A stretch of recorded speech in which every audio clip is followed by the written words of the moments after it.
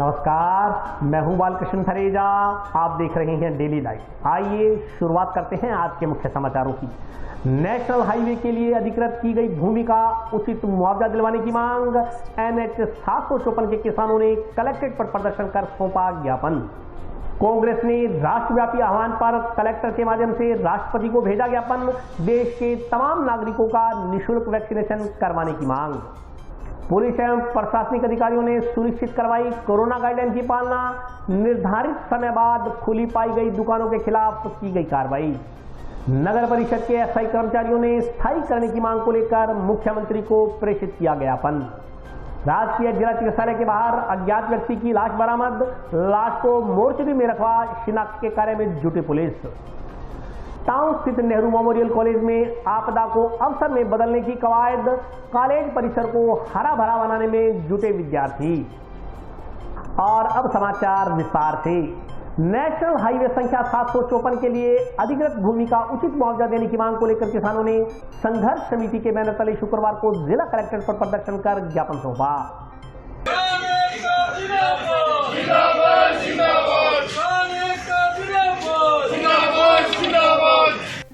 Bharatmala national highway 754 के लिए अधिकृत भूमि का उचित मुआवजा देने, जबरन कब्जा व नामांतरण रोकने की मांग को लेकर किसानों ने भारतमाला 754 के संघर्ष समिति बैनर तले शुक्रवार को जिला कलेक्टर पर प्रदर्शन किया। प्रदर्शन के बाद जिला कलेक्टर को 5 सूत्री मांग पत्र सौंपा गया। इस मौके पर समिति के प्रवक्ता सुरेंद्र शर्मा ने कहा कि अमृतसर से जामनगर तक बन रहे भारतमाला 754 के लिए अधिकृत की जा रही भूमि का उचित मुआवजा देने को लेकर समिति का आंदोलन करीब 2.5 साल से लगातार चल रहा है। किसानों की जमीन कोड़ियों के भाव छीनी जा रही है, इसलिए जिले के अधिकांश किसानों ने अभी तक मुआवजा राशि नहीं उठाई है। उन्होंने कहा कि गत वर्ष जालोर जिले में पूरे राजस्थान के किसानों का महापड़ाव 27 फरवरी से 20 मार्च तक चला था। इसी दौरान 2 मार्च व 12 मार्च को समिति की वार्ता PWD के उप मुख्य सचिव तथा मुख्यमंत्री से हुई थी। तब मुख्यमंत्री ने उचित मुआवजा देने का आश्वासन दिया था, लेकिन सरकार अपनी बात पर खरी नहीं उतरी। किसानों की मांगे पूरी नहीं होने से उन्होंने अभी तक जमीन का कब्जा NHI को नहीं सौंपा है। उन्होंने आरोप लगाया कि जारी किए गए वर्तमान अवार्ड में फैक्टर व बाजार भाव दोनों में ही किसानों के साथ धोखाधड़ी की गई है। उन्होंने कहा कि पेड़ों व संरचनाओं का सर्वे सही ढंग से नहीं किया गया।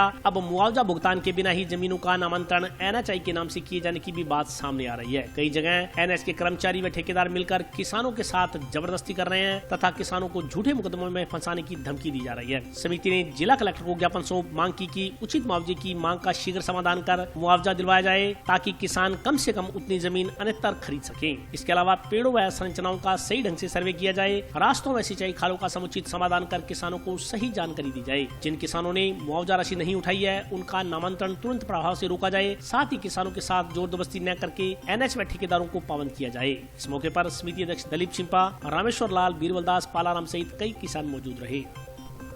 आज लगातार NHI के लोग जिस तरीके से घपलाबाजी करके उस तरीके से हमारे साथ जा रहे हैं, जोर जबरदस्ती कर रहे हैं, ये मुकदमे करा रहे हैं झूठे के, जो हमारी माटी चकली।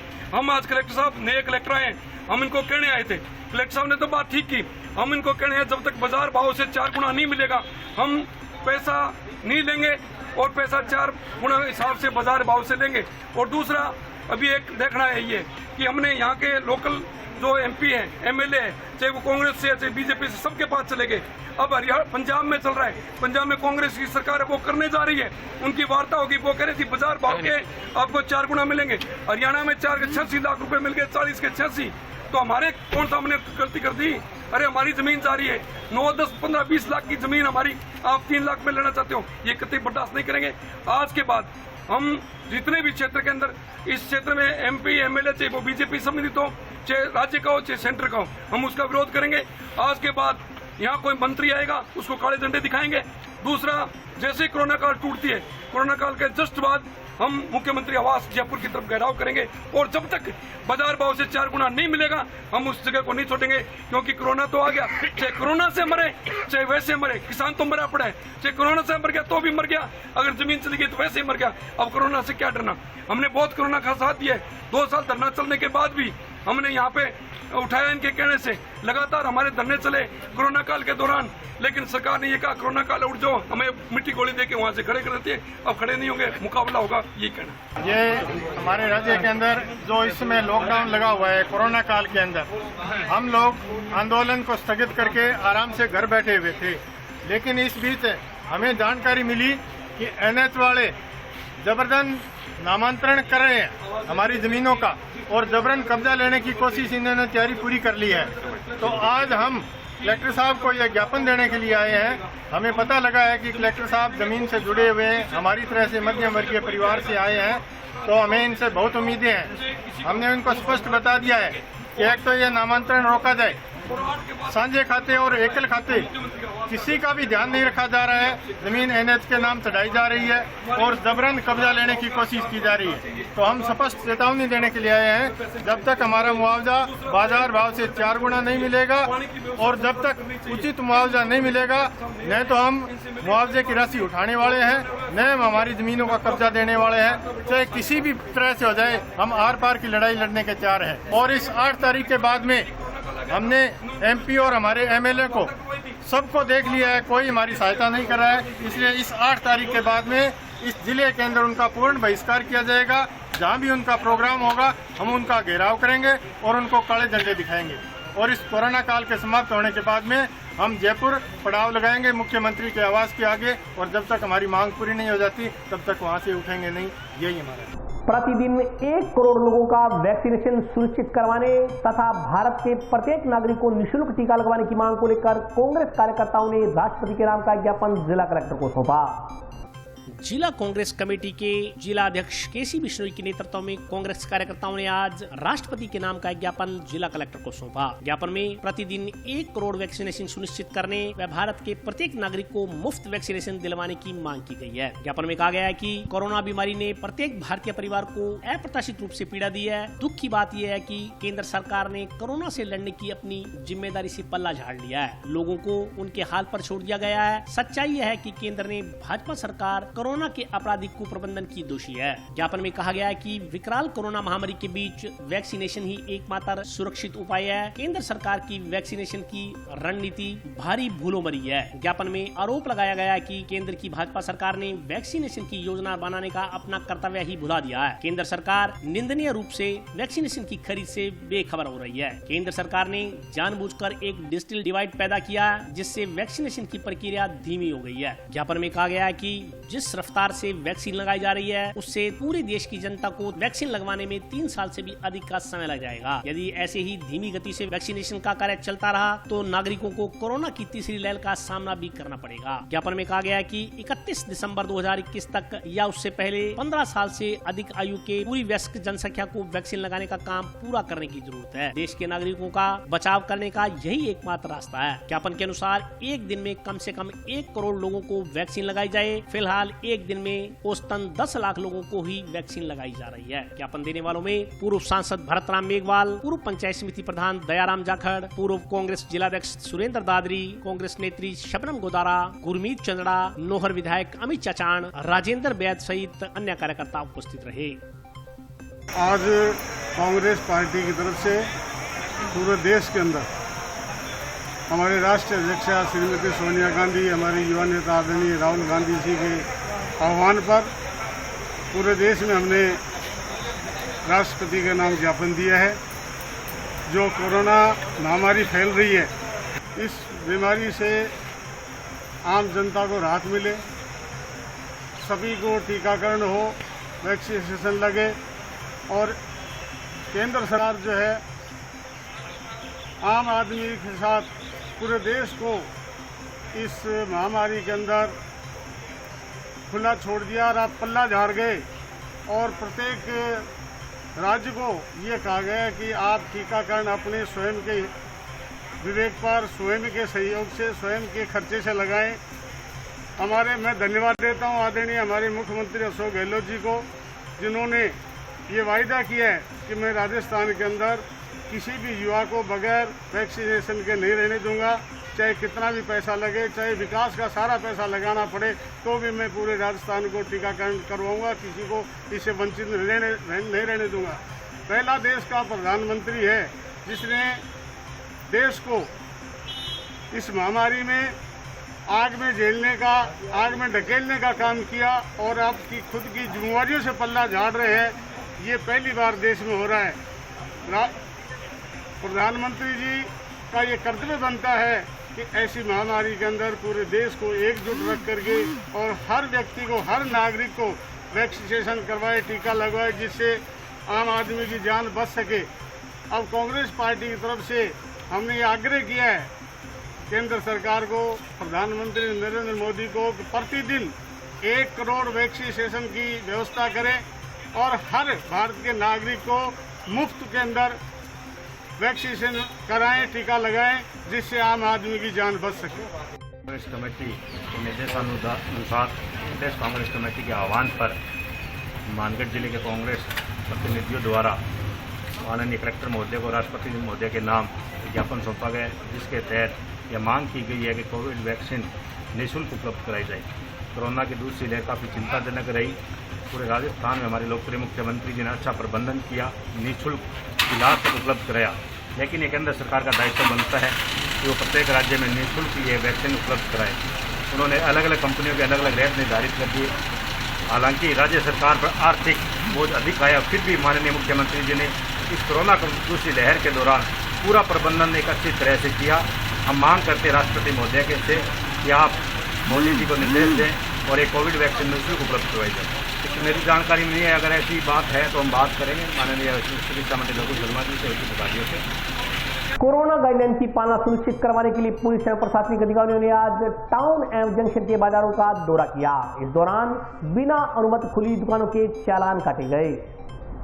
राज्य सरकार द्वारा जारी कोरोना गाइडलाइन की पालना को सुनिश्चित करवाने के लिए आज पुलिस एवं प्रशासनिक अधिकारियों ने टाउन तथा जंक्शन में बाजारों का निरीक्षण किया। इस संदर्भ में जानकारी देते हुए डीएसपी प्रशांत कौशिक ने बताया कि राज्य सरकार द्वारा सुबह 6 बजे से दोपहर 11 बजे तक दुकानें खोलने का समय निर्धारित है। इसके बावजूद कई लोग गाइडलाइन की अवहेलना करते हुए दुकानों को देर तक खुला रखते हैं। इसी को लेकर विभिन्न बाजारों का निरीक्षण किया गया। इस दौरान जिन लोगों ने 11 बजे के बाद भी दुकानें खोल रखी थी, उन दुकानों को सीज किया गया। उन्होंने कहा कि बिना मास्क घूम रहे लोगों के जुर्माना लगाया गया। इसके अलावा बिना अनुमति खुली दुकानों के खिलाफ भी कार्रवाई की गई। उन्होंने आमजन से कोरोना गाइडलाइन की पालना करने का आह्वान किया। राज्य सरकार की जो कोरोना को लेके नई गाइडलाइन आई है, इसकी पालना में बहुत सारे व्यापारिक प्रतिष्ठानों को 11 बजे तक खोले जाने की छूट दी गई है। उसके अलावा उसके बाद में बंद करने की है। तो इसमें एसडीएम साहब हमारी और नगर परिषद की जो टीम है टाउन का मार्केट, जंक्शन का मार्केट और मुख्य स्थलों को चेक कर रही है और कोरोना गाइडलाइन की समझाइश कर रही है, पालना करवा रहे हैं। जो नियत समय के बाद में खुल रही है उन दुकानों में सीज किया जा रहा है, जुर्माना भी लगवाया जा रहा है। दुकानें मिली हैं वो सीज करी हैं और बिना मास्क के जो लोग मिल रहे हैं, जो सोशल डिस्टेंसिंग पालना नहीं कर रहे हैं, उनके ऊपर साथ साथ में जुर्माना भी लगाया जा रहा है। तो मेरी आम जन से अपील है कि कोरोना के इस समय को देखते हुए कोरोना गाइडलाइन की पालना करें। नगर परिषद के अस्थायी कर्मचारियों ने स्थायी करने की मांग को लेकर शुक्रवार को मुख्यमंत्री को ज्ञापन प्रेषित किया। स्थायी करने की मांग को लेकर नगर परिषद के अस्थायी सफाई कर्मचारियों, वाहन चालकों एवं फायरमैन की ओर से मुख्यमंत्री को ज्ञापन प्रेषित किया गया है। विनोद कुमार, प्रेम कुमार, इंद्राज, रवि गोसाई, द्वारका, राम कुमार, प्रीत, मन्नू, सुखविंदर, धीरज कुमार, विपिन के हस्ताक्षर युक्त ज्ञापन में कहा गया है कि जिले में नगर परिषद व नगर पालिकाओं में एनजीओ के माध्यम से लगे सफाई कर्मचारी व कचरा गाड़ी के ड्राइवर लंबे समय से लगातार कार्य कर रहे हैं। वे वर्तमान में कोविड-19 महामारी में भी अपनी जान की परवाह किए बिना लगातार संघर्ष कर आमजन की सेवा कर रहे हैं। उनका वेतन ऑनलाइन खाते में आता है तथा पीएफ भी ऑनलाइन खाते से कटता है। उन्होंने मांग की कि कर्मचारियों को संविदा में फर्म के अधीन न रखकर राज्य सरकार के अधीन कार्य करने की स्वीकृति प्रदान की जाए। आज हम यहाँ पे साहब के प्रेस में हैं, क्योंकि वैश्विक महामारी कोविड भी चलती है। हम जब से कार्यरत है नगर परिषद में, तो हमारी यही मांग है कि हम इस महामारी में एक एनजीओ के थ्रू प्राइवेट काम कर रहे हैं, तो हमें स्थायी करने का। हम ड्राइवर हैं जो सभी, तो चालक है जो कि कचरे की गाड़ियाँ घर घर जाती है, से कचरा इकट्ठा करके और वो जहाँ पे डालने ये काम है। अभी ये 7-7.5 के समथिंग मिल रहा है जी, इसमें हमारा पीएफ भी कट रहा है और ये सही से मिल रहा है। तो इसी के दौरान हम ये चाहेंगे भी हमारी भी हम भी एक कोविड मतलब योद्धा के तौर पर ही काम कर रहे हैं जी। तो हमारी यही मांग है कि कलेक्टर साहब और मंत्री जी भी हमारा ये चाहें कि स्थायी करने की। गुजारा तो क्या करें जी, करना पड़ता है, गुजारा तो नहीं हो। तो गुजारा करना तो आपको पता है, महंगाई भी हो गई है, कोविड के चलते राशन महंगा कर दिया है, लेकिन फिर भी कोशिश तभी तो इस मांग को लेकर आए हैं कि हमें स्थायी करने का। हम नगर परिषद एनजीओ चालक, ऑटो टिपर चालक, जो कि कलेक्टर साहब के पास कुछ अपनी मांगें देने के लिए जो कि एक विज्ञापन पत्र तैयार करके जो हम कलेक्टर साहब को अपनी समस्या को बताना चाहते हैं कि इस कोविड महामारी के कारण जो भी हमें दिक्कत है या हमारी जिस सैलरी कोरोना योद्धा के रूप में हम अपनी मांगों को एक नोटिस के द्वारा कलेक्टर साहब को जमा करवाना चाहते हैं। हमारी मांग ये है जी, हम जो इस कोविड महामारी के तहत जो स्थायी करने के लिए पर्पज के कारण हम यहाँ कलेक्टर साहब को मांग पत्र देने के लिए टाउन में राजकीय जिला चिकित्सालय के बाहर स्थित टैक्सी स्टैंड पर अज्ञात व्यक्ति की लाश बरामद हुई है। पुलिस लाश की शिनाख्त करवाने का प्रयास कर रही है। टाउन के राजकीय जिला चिकित्सालय के बाहर बने रिक्शा स्टैंड से एक अज्ञात व्यक्ति की लाश बरामद हुई है। आसपास के लोगों ने अज्ञात शव को देख इसकी सूचना टाउन पुलिस को दी। टाउन पुलिस के एएसआई रामकिशोर मीणा ने मौके पर पहुंचकर अज्ञात शव को कब्जे में लेकर राजकीय जिला चिकित्सालय की मोर्चरी में रखवाया। उन्होंने बताया कि मृतक की उम्र लगभग 60 वर्ष से ऊपर है। यदि अज्ञात शव का कोई वारिस 72 घंटे के अंदर नहीं पहुँचा तो उसका पोस्टमार्टम करवाया जाएगा। उन्होंने कहा कि शव की पहचान के लिए पुलिस अपने स्तर पर कार्य कर रही है। मेरे पास समाचार मिला कि हॉस्पिटल के बगल में एक अज्ञात डेड बॉडी 4 बजे लेटी हुई है। मैंने पहुंचकर देखा तो अज्ञात है और ये पुरुष से ही डेड हुई है। इधर उधर पता किया, कोई मालूमात नहीं चला। लोगों की सहायता से इसको मोर्चरी में रखवाया गया है। आगामी 72 घंटे के बाद इसका पोस्टमार्टम कराया जाएगा। इससे कोई वारिस नाम का पता चले तो उसको सूचित करेंगे। फोटो वगैरह और प्रेस को हमने सूचित कर दिया है। वैसे भी वायरलेस द्वारा जरिए सभी थानों में सूचना करवाएंगे। और अभी वक्त ब्रेक का, हाजिर होता हूँ छोटे से ब्रेक के बाद।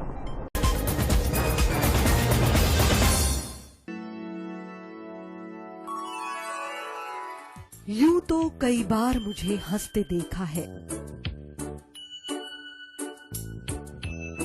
पर ये हंसी कुछ और है। ये गहना मुझ पर जचता है, पर ये महज एक गहना नहीं। ये रूपरेखा है मेरे मन की, हंसती खिलखिलाती लहरों की, जो आतुर थी अब तक मुझ पर सजने को।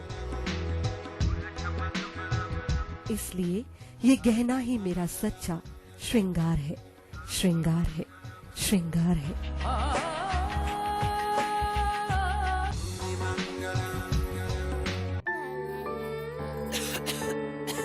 दीदी ये देखो,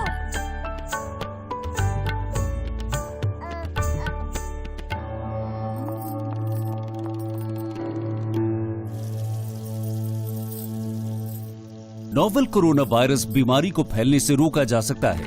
खांसी और छींक के बाद और बच्चे को छूने से पहले अपने हाथों को साबुन से धोकर इसे फैलने से रोक सकते हैं। वो डॉक्टर साहब हैं? भाई साहब खांसी और बुखार था, सोचा चेक करवा लूं।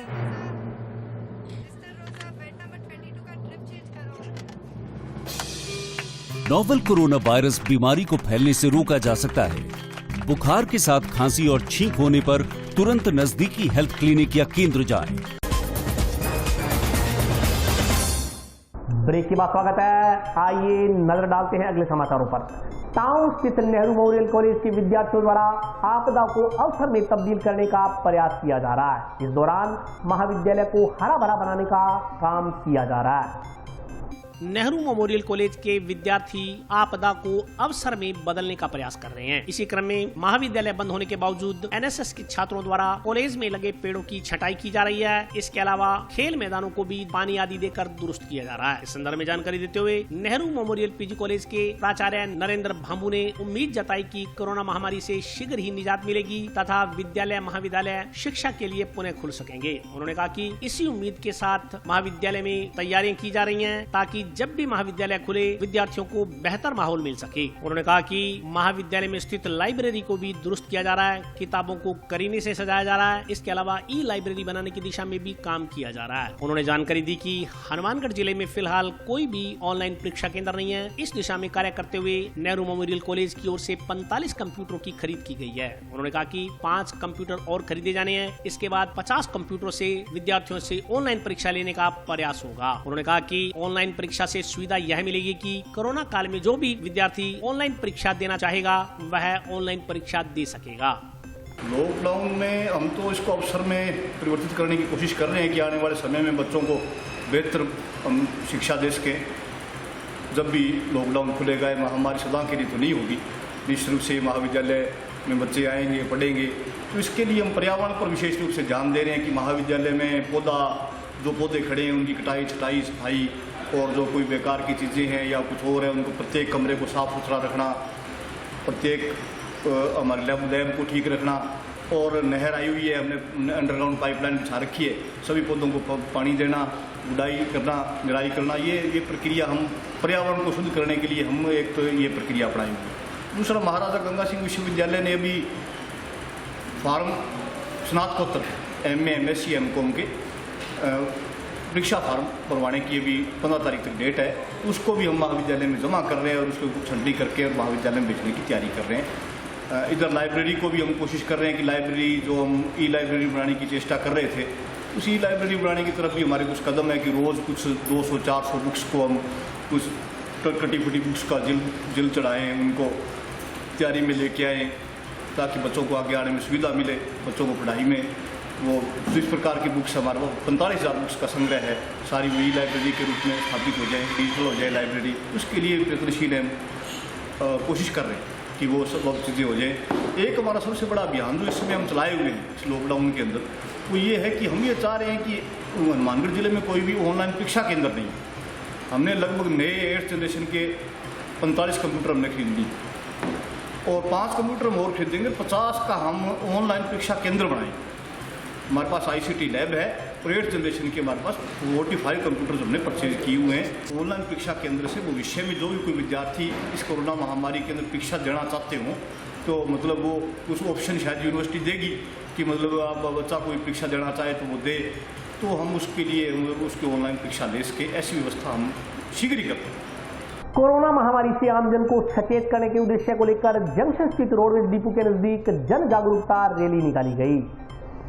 कोरोना के प्रति जिला प्रशासन द्वारा चलाए जा रहे जन जागरूकता अभियान के तहत शुक्रवार को जंक्शन स्थित बस डिपो के नजदीक से रंगोली बनाकर एवं रैली निकालकर आमजन को कोरोना महामारी के प्रति सतर्क किया गया। कार्यक्रम के मुख्य अतिथि उपखंडाधिकारी कपिल यादव थे। उन्होंने हरी झंडी दिखाकर रैली को रवाना किया। इस दौरान नगर परिषद से कमलेश एवं पूजा नामक महिला कर्मचारियों ने सरस्वती कन्या महाविद्यालय की NSS की सभी सेविकाओं प्रिया व ममता के साथ मिलकर रंगोली बनाकर कोरोना गाइडलाइन की पालना का संदेश दिया। इस मौके पर बोलते हुए वक्ताओं ने कहा कि प्रत्येक व्यक्ति को कोरोना गाइडलाइन की पालना करनी चाहिए। प्रत्येक व्यक्ति को मास्क लगाना, सामाजिक दूरी बनाए रखना तथा हाथों को बार बार सैनिटाइज करना अति आवश्यक है। रैली में स्वयं सेवकों द्वारा मास्क लगाओ, जीवन बचाओ, हम तो टोकेंगे, मास्क के लिए रोकेंगे एवं 2 गज की दूरी, मास्क है जरूरी आदि के स्लोगन लिखे पट्टियां हाथ में ली हुई थी। इस दौरान रंगोली स्थल एवं रैली के दौरान मास्क रहित आमजन को मास्क का भी वितरण किया गया।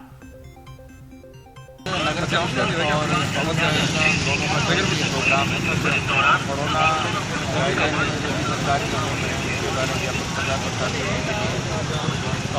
जो गाइड है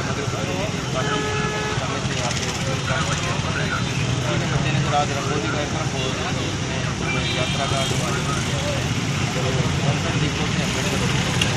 रोटरेक्ट क्लब द्वारा कोरोना काल में फ्रंटलाइन वर्कर्स के रूप में काम कर रहे कर्मचारियों के लिए रिफ्रेशमेंट देने का अभियान शुरू किया गया है।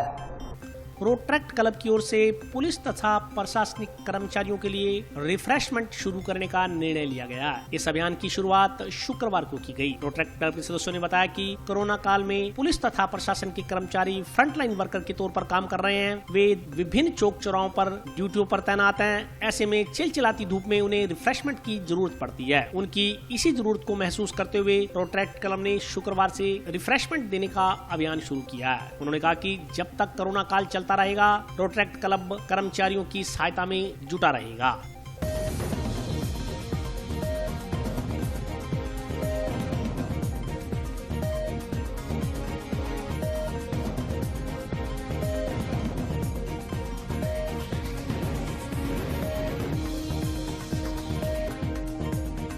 आज रोटरैक्ट क्लब हनुमानगढ़ की तरफ से पूरे हनुमानगढ़ में जितने भी चौक और जितनी भी चौकियाँ लगी हुई हैं, पुलिस प्रशासन जो इस सहयोग कर रहा है, जिनकी तरफ तो हमारा ध्यान कम जाता है, उनके लिए हमने रिफ़्रेशमेंट के लिए डेली सेवा शुरू करी है।